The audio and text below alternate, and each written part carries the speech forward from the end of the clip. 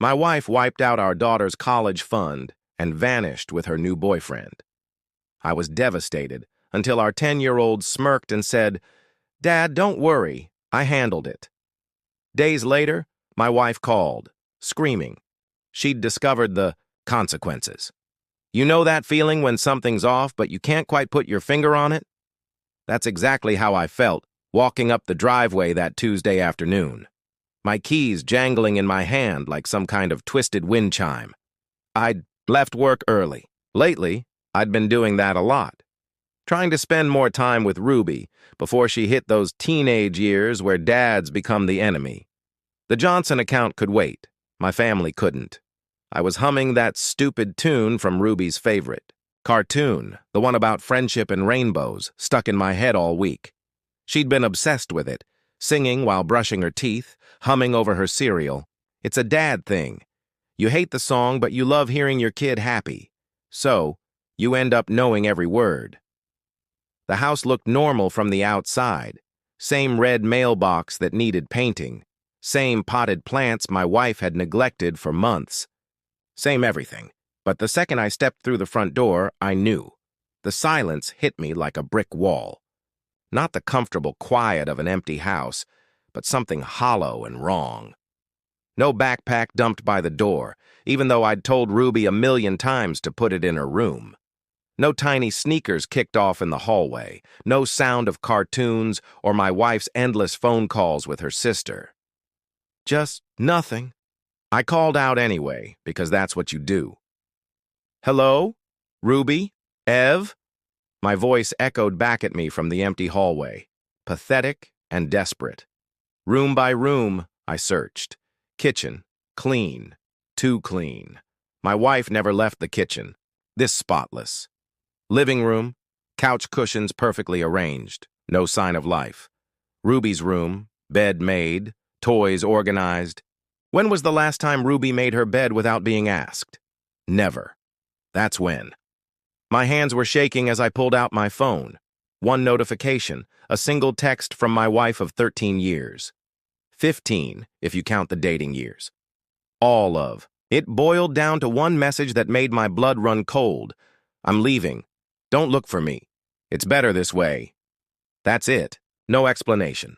No goodbye. No mention of Ruby or what this would do to our daughter. Just a quick, cold dismissal. Like canceling a dinner reservation instead of destroying our lives. My first instinct was to call her, but something stopped. Me. Maybe it was the finality of her words, or maybe it was the sick feeling in my gut.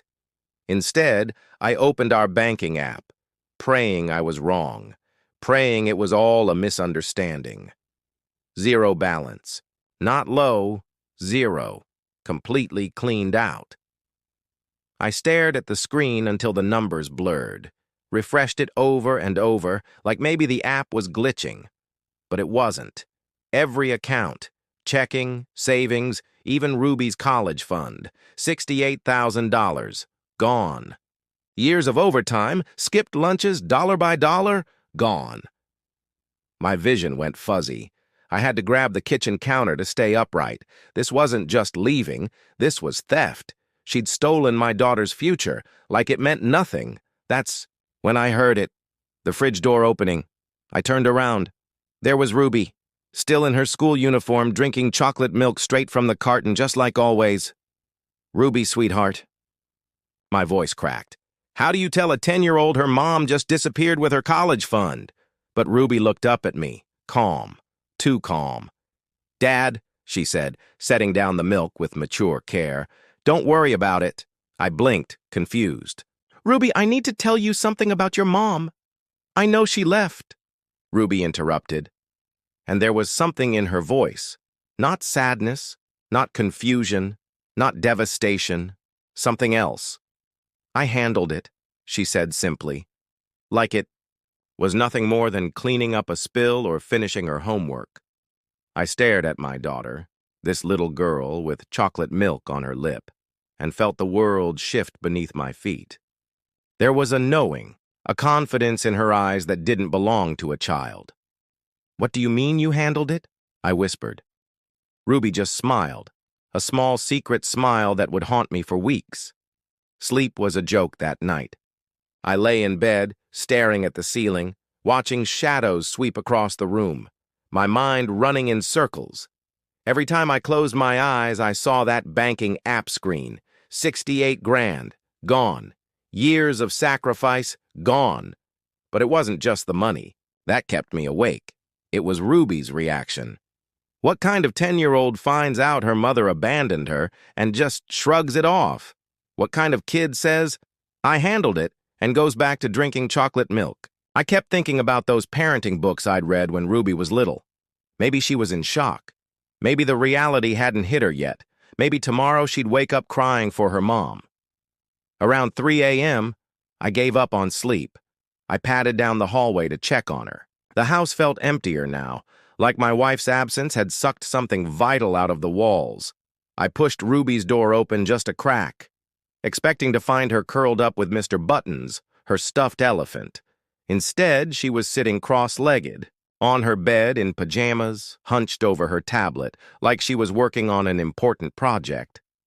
The blue glow from the screen lit up her face, making her look older. More serious than any kid should at 3 a.m. "Ruby," I whispered. "Sweetheart, what are you doing up?" She looked up, completely alert. "Couldn't sleep either?" she said, and for a second, it felt like she was the adult comforting me, not the other way around. I sat on her bed. "What are you working on, baby girl? It's way past bedtime." "Just organizing some stuff," she said. She didn't hide what she was doing, just turned the screen so I could see. Files, folders, neatly labeled, organized, like some kind of digital filing cabinet. This wasn't normal kid behavior. "Ruby," I asked gently, "what did you mean earlier when you said you handled it?" "Handled what exactly?"